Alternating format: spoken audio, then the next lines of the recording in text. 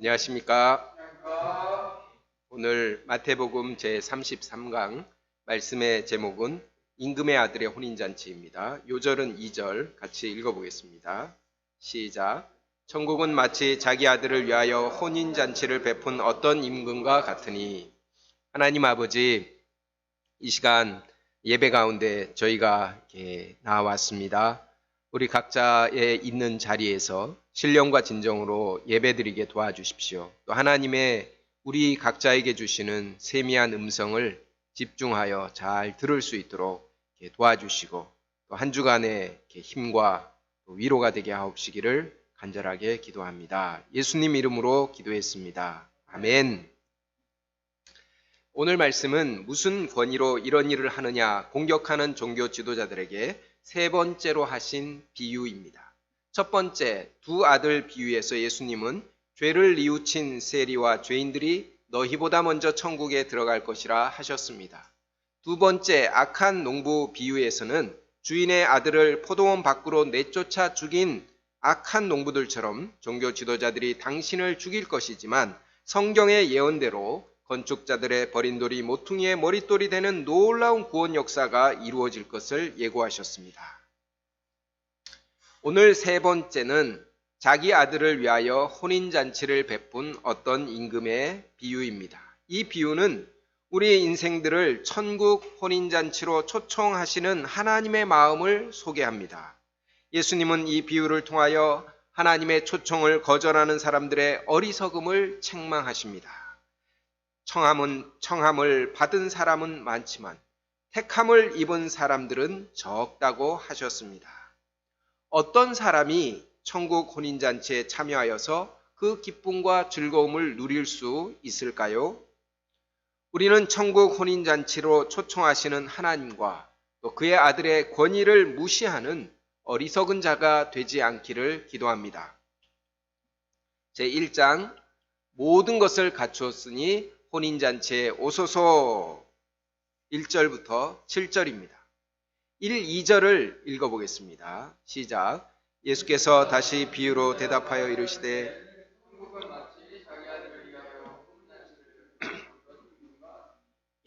유대 전통에서 혼인잔치는 메시아 시대와 하나님 나라를 상징합니다. 사도 요한은 메시아의 공생애를 가나 혼인잔치 이야기에서 시작했습니다. 계시록에서는 하나님 나라를 어린 양의 혼인잔치로 묘사했습니다. 혼인잔치를 생각하면 떠오르는 것이 무엇입니까? 모든 사람이 다 기뻐하고 즐거워하는 것입니다. 신랑과 신부, 부모님들과 또 하객들, 모든 사람이 기뻐합니다. 왜 그렇게 기쁨이 충만할까요? 혼인은 하나님이 창조하신 세상의 두 주인공이 한 몸이 되는 기쁨을 누리는 것이기 때문입니다. 자기 아들을 위하여 혼인잔치를 베푼 어떤 임금의 마음은 어떠할까요? 그의 마음에는 창조주 하나님의 기쁨이 충만했을 것입니다. 우리 중에는 아직 자기 아들을 위하여 혼인잔치를 베푼 목자님은 없습니다. 그런 점에서 우리 모임은 아직 젊습니다. 아마도 성하진 에스더 목자님 가정이 가장 가까운 시일에 혼인잔치를 베풀 것 같습니다. 아들의 혼인을 보는 부모의 마음에는 정말 흥분과 감격과 기쁨이 있습니다. 본인이 결혼할 때보다 더 좋을 것 같습니다. 임금은 한 나라의 주권자로서 아들의 혼인잔치가 더 특별합니다. 아들의 결혼은 그 나라의 운명이 걸린 국가적인 중대사요 경사입니다.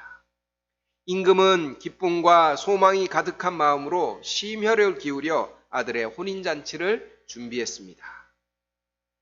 3절을 보십시오. 때가 되어 임금은 종들을 보내어 청한 사람들을 혼인잔치에 오라 하였습니다. 당시 유대의 혼인잔치는 1년 전에 정혼을 하고 참석할 사람들에게 알립니다. 1년 동안 혼인잔치를 준비하고 직전에 초청장을 보냅니다. 임금의 아들의 혼인잔치에 초청을 받는다는 것은 엄청난 특권입니다. 아무나 참석할 수 있는 것이 아닙니다. 그 나라의 고위직 인사나 유명 인사들만 참석할 수 있습니다. 그런데 초청을 받은 사람들의 반응이 어떠합니까? 오기를 싫어했습니다. 이는 상상하기 어려운 충격적인 일입니다. 만약 우리가 청와대의 어떤 행사에 초청장을 받았다면 정치적인 성향이 어떠하든지 즉각 참석할 것입니다. 가서 사진도 찍고 대통령과 찍은 사진을 액자로 만들어 자손 대대로 자랑하고 싶을 것입니다. 그런데 이 사람들은 어떤 이유에서인지 임금의 초청을 싫어했습니다. 임금과 어떤 앙금이 있었을 수 있습니다. 임금이 추진한 국책 사업 때문에 자신들의 사업에 손해가 발생했을 수도 있습니다. 하지만 그렇다고 임금이 마음을 다하여 준비한 아들의 혼인잔치에 참여하지 않는다는 것은 다른 문제입니다. 그것은 임금과 그의 아들의 권위를 무시하는 의사 표현입니다. 임금의 권위를 모독하는 반역죄입니다. 이것은 감당할 수 없는 임금의 분노를 불러일으키는 두려운 일입니다. 그런데 더욱 놀라운 것은 임금의 반응이었습니다. 4절을 읽어보겠습니다. 시작.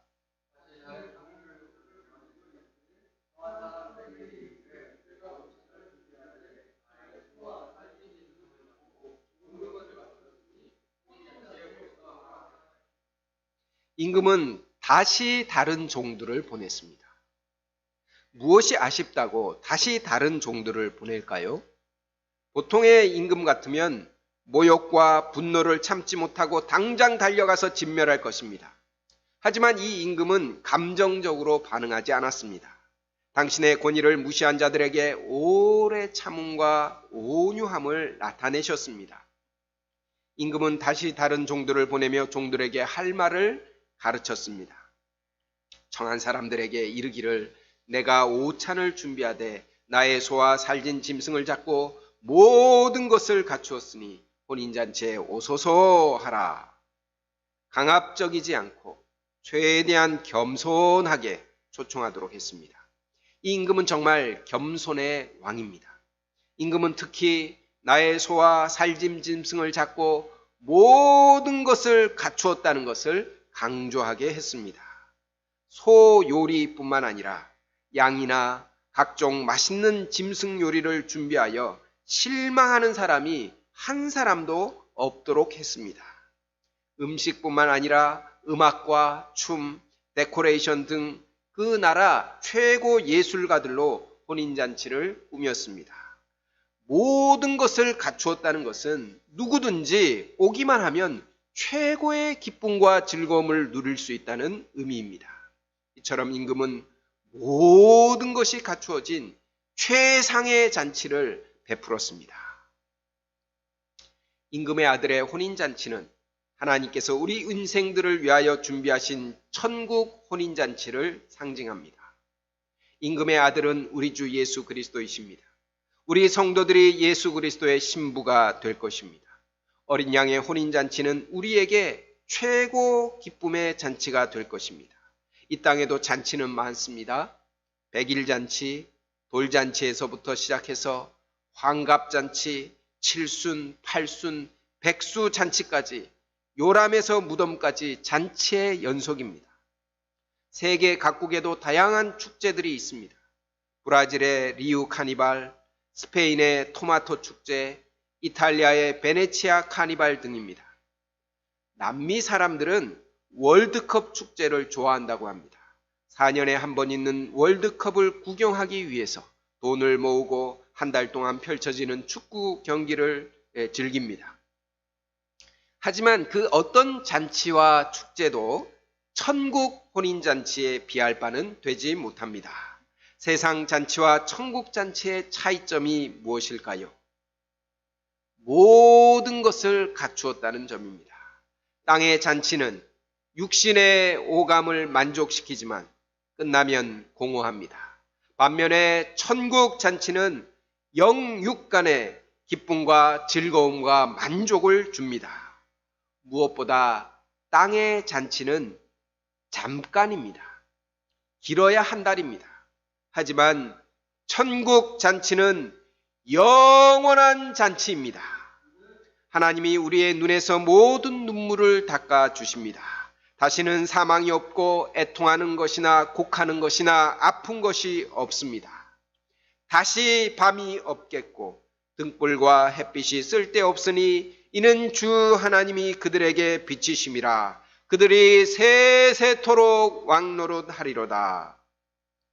우리 주님과 함께 기쁨의 혼인잔치를 영원히 즐길 것입니다.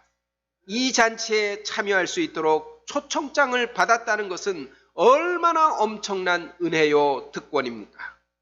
우리 주님과 함께 천국 혼인잔치를 즐길 그 날을 소망하며 이 땅에서 주와 복음에 충성할 수 있기를 기도합니다.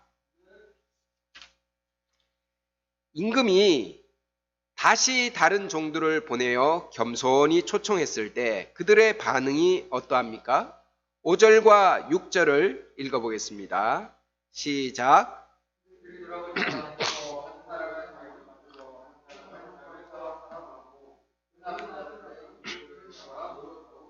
예, 돌아보지도 않았다는 것은 임금을 철저히 무시했다는 의미입니다. 오늘날로 말하면 임금을 투명인간 취급한 것입니다. 자기 밭, 자기 사업하러 갔다는 것은 임금의 간섭을 배제한 자기 세계를 구축했다는 의미입니다. 심지어는 임금이 보낸 종들을 잡아서 모욕하고 죽이기까지 했습니다. 그들은 임금을 반역했고 돌이킬 수 없는 선을 넘었습니다. 이들에 대하여 임금은 어떻게 했습니까? 7절을 보십시오. 임금이 노하여 군대를 보내어 그 살인한 자들을 진멸하고 그 동네를 불사르고, 임금은 군대를 동원하여 살인한 자들을 진멸했습니다. 반역하여 자기 세계를 만든 동네를 불살랐습니다. 임금은 당신의 권위를 무시하고 도전한 자들을 철저히 심판했고 공의를 실현했습니다. 임금은 온유하고 겸손하시지만 힘없는 뒷방 노인이 아닙니다. 그의 권위를 무시하고 도전한 자들을 철저히 심판하시는 절대적인 힘이 있습니다. 임금의 아들의 혼인잔치에 먼저 초청을 받은 사람은 유대인들, 이스라엘 사람들을 상징합니다. 그들은 아브라함의 후손으로서 하나님의 만민 구속 역사에서 선민으로 택함을 받았습니다. 하나님은 출애굽의 역사 속에서 살아계신 당신의 권능과 사랑을 나타내셨습니다. 그들에게 하나님의 말씀, 곧 율법을 주셨습니다. 하나님은 땅의 많은 민족 가운데서 그들을 하나님의 백성으로 삼으셨습니다. 그들을 제사장 나라 거룩한 백성으로 세우셨습니다. 그들 가운데서 하나님의 아들 예수 그리스도를 보내기로 작정하셨습니다. 이처럼 이스라엘은 천국 혼인잔치에 먼저 초청을 받은 사람과 같았습니다. 하지만 그들은 하나님의 권위를 철저히 무시했습니다.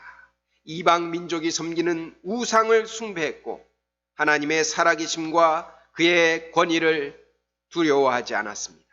그들을 초청하러 보낸 하나님의 선지자들을 모욕하고 죽였습니다. 이스라엘의 종교 지도자들은 성전에서 하나님을 섬긴 것이 아니라 자기 사업을 했습니다. 하나님과 하나님의 아들을 투명인간 취급하면서 자기 왕국을 건설했습니다.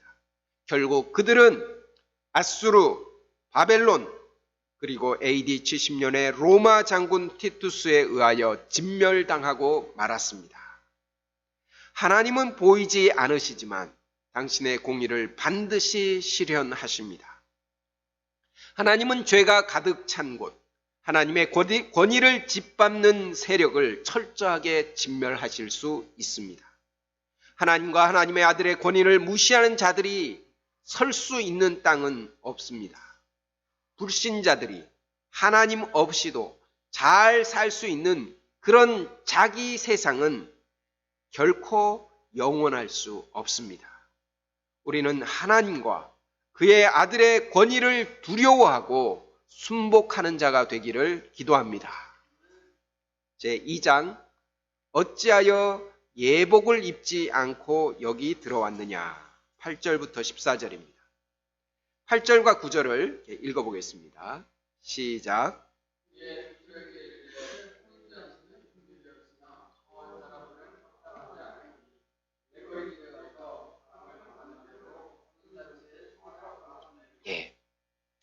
임금은 먼저 초청받은 사람이 합당하지 않다고 혼인잔치를 폐하지 않았습니다. 종들을 네거리 길로 보내서 사람을 만나는 대로 청하여 오라고 하셨습니다.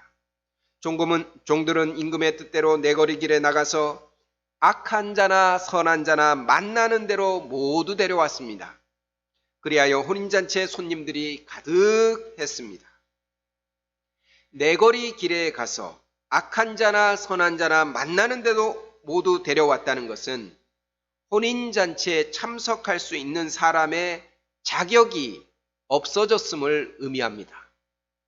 임금은 네거리길, 곧 세상 모든 사람에게 혼인잔치의 문을 열어놓으셨습니다. 악한 자나 선한 자나 모두 참석할 수 있게 하셨습니다.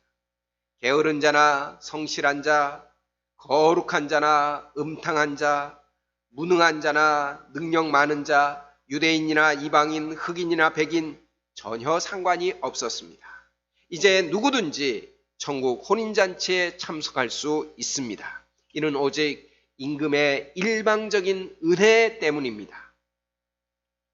네거리 길에 가서 사람을 만나는 대로 혼인잔치에 청하여 온 것은 천국의 문이 세상 만민에게 활짝 열렸음을 상징합니다. 유대인들은 자신들만 구원을 받는 선민이라고 생각했지만 그들은 하나님과 하나님 아들의 권위를 무시함으로 오히려 심판을 받았습니다. 이제 구원의 문은 세상 만민에게 활짝 열렸습니다. 하나님의 일방적인 은혜가 세상 만민을 차별하지 않고 천국 혼인잔치로 초청하게 했습니다. 하나님의 은혜를 감사하고 찬양합니다. 11절을 보십시오. 임금이 손님들을 보러 들어오셨습니다. 그런데 그곳에서 예복을 입지 않은 한 사람을 보았습니다. 12, 13절을 읽어보겠습니다. 시작. 이르되 친구여 어찌하여 예복을 입지 않고 여기 들어왔느냐 하니 그가 아무 말도 못하거늘 임금이 사환들에게 말하되 그 손발을 묶어 바깥 어두운 데에 내던지라. 거기서 슬피 울며 이를 갈게 되리라 하니라. 임금은 예복을 입지 않은 사람의 손발을 묶어 바깥 어두운 데에 내던지라 하셨습니다. 예복은 혼인잔치에 대한 최소한의 예의입니다. 임금이 왜 예복을 입지 않았느냐고 물었을 때 그는 아무 말도 못했습니다. 가난해서 예복을 준비할 수 없었다거나 준비했는데 잃어버렸다거나 어떤 말이라도 할 수 있습니다. 그가 아무 말도 못한 것은 처음부터 예복을 입을 마음이 없었다는 것을 의미합니다. 14절을 보십시오. 예수님은 말씀하십니다. 청함을 받은 자는 많되 택함을 입은 자는 적으니라. 천국 혼인잔치에 청함을 받은 사람은 많습니다. 하나님은 세상 만민을 천국 혼인잔치에 초청하셨습니다. 이는 놀라운 은혜입니다. 하지만 천국 혼인잔치에 초청을 받았어도 그 기쁨과 즐거움을 누리지 못하는 두 종류의 사람이 있습니다. 첫째는 하나님과 그의 아들의 권위를 무시하는 사람들입니다. 이들은 하나님과 하나님의 아들의 권위를 철저히 무시하고 투명인간 취급하는 불신자들입니다. 둘째는 예복을 입지 않은 사람입니다. 예복이 무엇일까요? 갈라디아서 2장 16절은 이렇게 말합니다. 사람이 의롭게 되는 것은 율법의 행위로 말미암음이 아니요 오직 예수 그리스도를 믿음으로 말미암은 줄 알므로 우리도 예수 그리스도를 믿나니 이는 우리가 율법의 행위로서가 아니고 그리스도를 믿음으로써 의롭다함을 얻으려 함이라.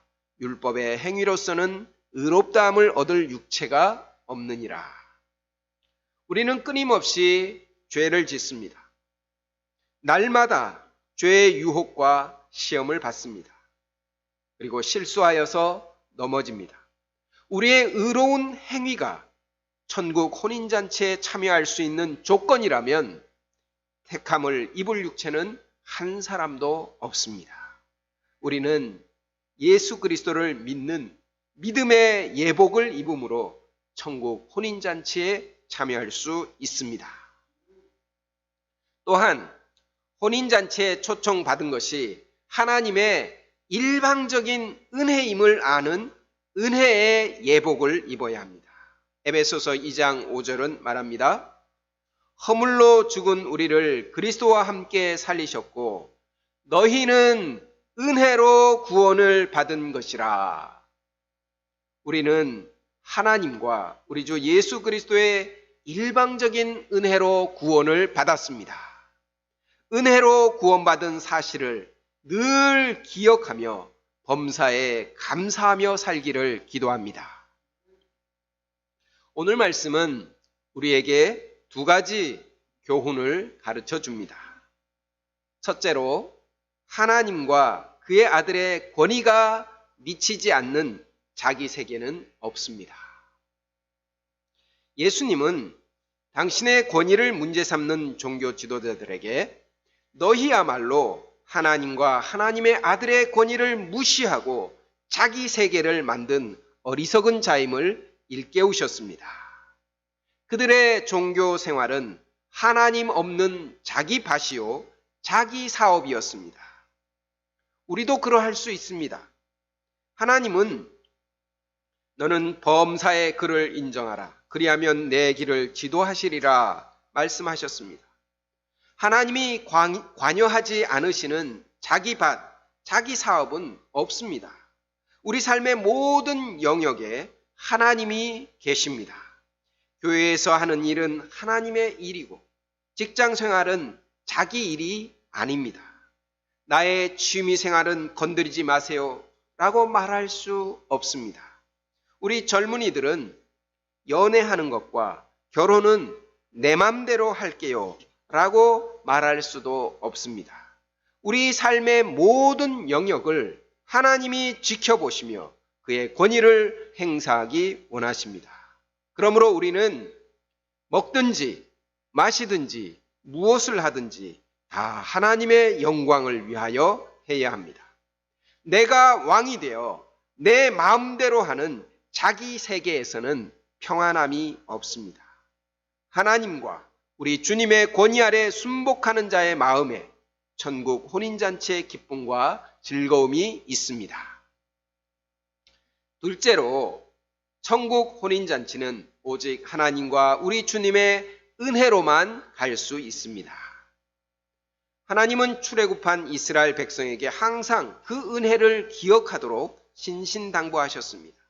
너는 애굽 땅에서 종되었던 것과 내 하나님 여호와께서 너를 속량하였음을 기억하라. 하지만 그들은 하나님이 주신 약속의 땅에 들어가 내 능력과 내 손의 힘으로 이 모든 것을 얻었다고 교만해졌습니다. 하나님의 은혜를 잊어버렸을 때 그들은 모든 것을 잃었습니다. 역사적으로 강대국 아수르와 바벨론, 로마에 의하여 진멸당했습니다. 우리도 마찬가지입니다. 예수님의 십자가의 보혈의 은혜로 구원받은 것을 잊어버리고 자기 의에 사로잡히면 천국 혼인잔치의 기쁨과 즐거움을 누리지 못합니다. 주님의 은혜를 기억하는 것은 우리의 삶의 열매가 맺히고 내가 신앙생활을 잘하고 있다고 생각될 때 교만해지지 않게 하는 브레이크 역할을 합니다. 또한 우리의 삶에 열매가 맺히지 않고 또 실패하고 실수하고 죄짓고 신앙생활을 잘 못하고 있다는 생각이 들 때 그때 자학과 절망에서 일으켜 세우는 힘을 줍니다. 우리는 은혜로 구원받은 자로서 그리스도께서 입혀주신 의의 예복, 은혜의 예복을 입고 천국 혼인잔치의 기쁨을 항상 누리기를 기도합니다. 비천한 죄인들을 천국 혼인잔치에 청하여 주신 하나님의 사랑과 우리 주 예수 그리스도의 은혜를 감사하고 찬송합니다. 저와 여러분이 이 큰 구원의 은혜와 특권을 일생 잃어버리지 않고 누릴 수 있기를 기도합니다. 기도하겠습니다. 하나님 아버지, 천국 혼인잔치에 청함을 받았지만 정말 택함을 입은 자는 적습니다. 하나님과 하나님의 아들의 권위를 인정하지 않는 사람들은, 인정하지 않는 불신자들은 진멸당할 수밖에 없습니다. 하나님께서 은혜로 우리를 구원해 주셨는데 그 은혜의 주님을 잊어버리고 자기 의에 사로잡힐 때 또한 그 천국 잔치의 기쁨을 누리지 못합니다. 하나님 아버지, 우리가 주님의 은혜로 구원받은 자인 것을 늘 기억하게 하시고 범사에 감사하며 주님을 기쁘시게 하는 삶 살도록 도와주십시오. 예수님 이름으로 기도했습니다. 아멘.